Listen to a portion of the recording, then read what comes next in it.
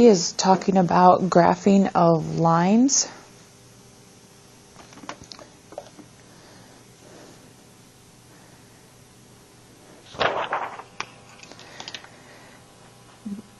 Again, this chapter should be all review. We should be very familiar and confident with graphing of lines. But we're going to go through it, make sure everyone has the same piece of information. First thing we have is slope-intercept form. This is the one we're most common with, y equals mx plus b. We use this one the most frequently, where y is our variable and x is our variable. M represents our slope, which is rise over run.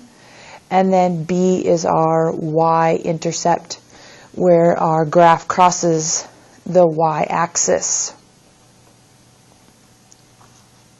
And that's what that says. The y-intercept is also where we begin to do our graphing. When we're looking at a slope-intercept form, the B is where we begin our point of drawing on the y-axis. And the M is how we're going to move from our beginning point of our y-axis. We do have to make sure that we move in both directions because you are going to be required to have a minimum of 3 points for our lines. So M stands for slope. It's how we move from our beginning point, rise over run, from our y-axis in both directions. So we're going to look at a few examples of what that is going to entail.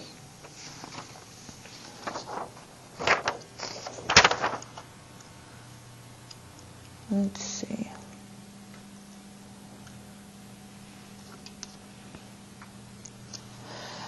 All right, so here we have our first equation, y equals 3/4 x minus 2. Whenever we make our graphs, we put them on a graph that is labeled. So it has x, it has y. It has arrows because the graph does continue whether, or we run out of paper or not. So you do need to make sure that you have them properly set up, and you will be using your graph paper so you won't have to judge the tick marks. Every box is 1 unit. The only exception to that is if the number is over 15. If the number is over 15, then you can use a different scale. But other than that, your scale will always be 1.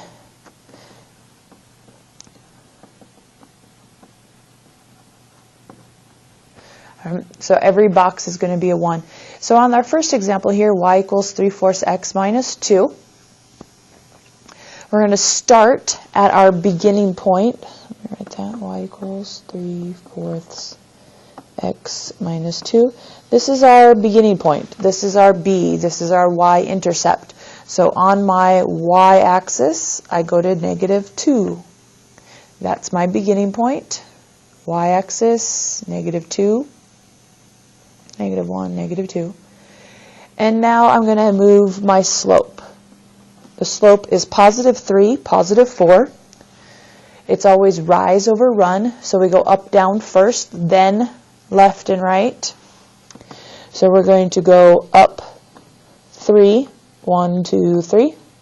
And then we're going to go to the right, because positive on an axis is right, for running. 1, 2, 3, 1, 2, 3, 4. And there's our first graph. We do need a third point, and we're going to go in the reverse direction, just simply because when we make graphs, generally we make them around the origin, so it's easier to extend it out this way.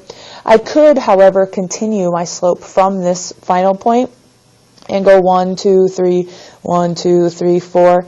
But again, see how I'm off the grid? I would have to put in my own, and that's okay as long as you're within a couple of the grid.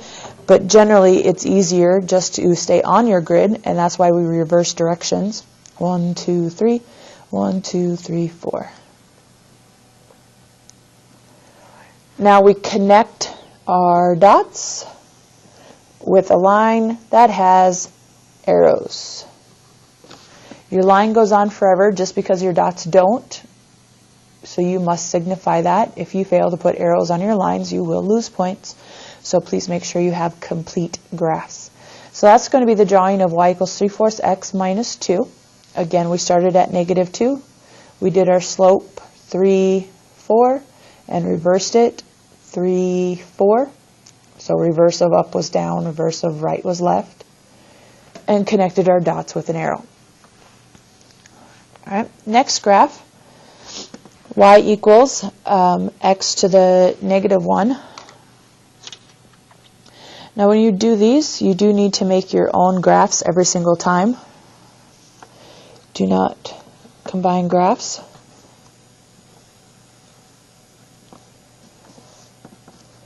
Arrows, labels. In this case, the beginning point is a -1. So there's my -1. And now my slope, if I don't see it, it's a 1, so that's -1 over 1.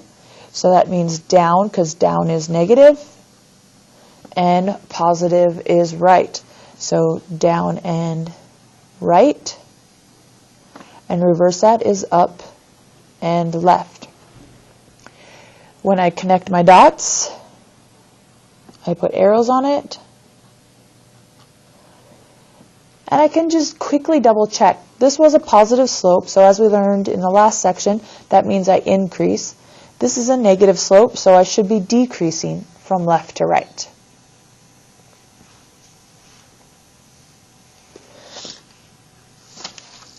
All right, so let's look at our two special equations. There we go. First one, y is 3.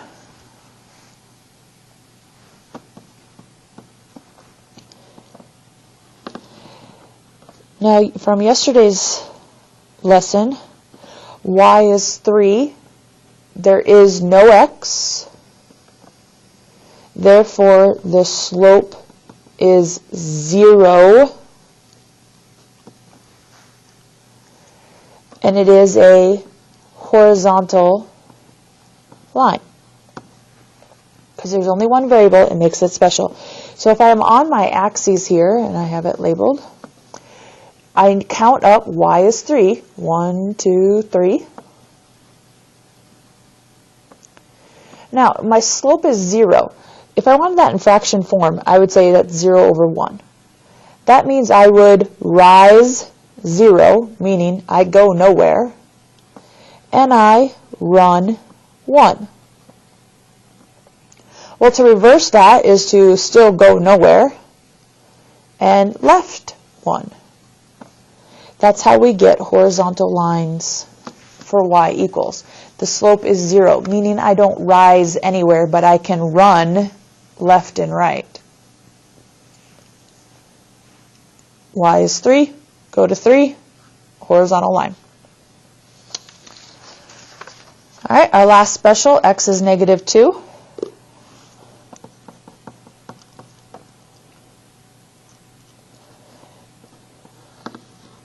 We have our axes, arrows, labels. All right, so x by itself means there is no y. That also means it's an undefined slope or no slope. And it is a vertical line. Now keep in mind an undefined slope, the reason that happens is because we have some number, and we'll just use the number 1, over 0. Undefined slope means we have 0 in the denominator. So here I am at x equals -2. I mean, that's what the equation tells me. X is -2, so I've got to put a dot there. But this tells me I'm going to rise and then run. I'm going to rise 1 and go nowhere. So there's my rise 1. Now if I reverse that, I'm going to rise negatively.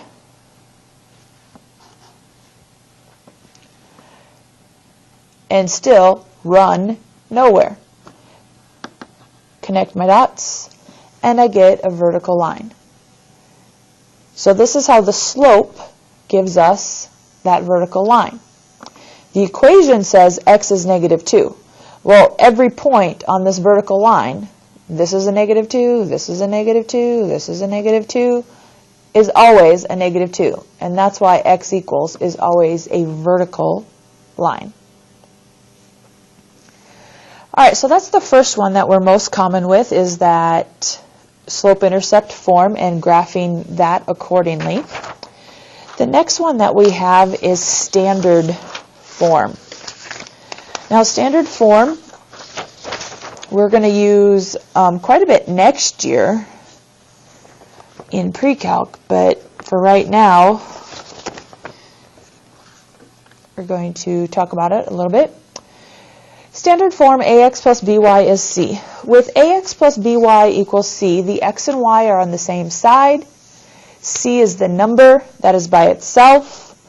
A and b are integer coefficients, so that means no fractions. They can be positive, they can be negative. However, we do prefer x to be positive. In order to graph from standard form, we like to use intercepts. The x-intercept is where the graph is going to cross the x-axis, meaning it's going to be some point, comma, 0. And we've already talked about the y-intercept, but just to remind us, the y-intercept is where the graph crosses the y-axis, which means the point is 0 and then some number. And we're going to use these intercepts to graph a standard form equation. So in order to find our intercepts, we're going to substitute 0 into our x and our y, and then do it again for the other one, to find those actual numbers. We're substituting in 0 into the y so we can find x. We're substituting 0 into the x so we can find the y. And that will give us our intercept points.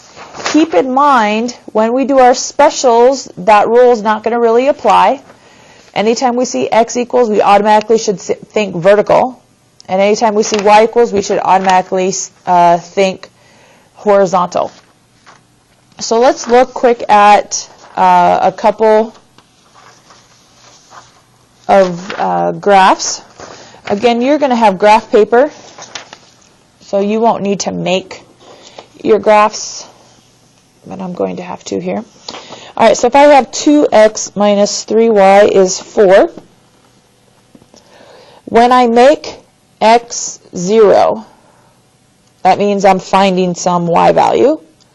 When I make x 0, that's the same as just covering it up, right? If 0, that means it goes away. So then y must be -4/3. So now, what is x when y is 0? Well, same idea. Cover up the y value. Cover up that y value, we get 2x is 4, so x must be 2. We get that, if I make that 0, all that's left standing is 2x and 4. Divide by the 2, so x is 2. So when I graph this, x is 2, y is -4/3, which is -1 1/3. Again, your graph has arrows, it has labels, it's on graphed paper so that you have exact lines. And then we connect our dots. So when we graph with intercepts, we're only going to have 2 dots, and they're always going to be on the axes. substitute in 0, which means just cover it up or ignore it. And then the other one, cover it up and solve. And you'll get whatever your x value is and your y value is. All right, so that's going to be section 2.3.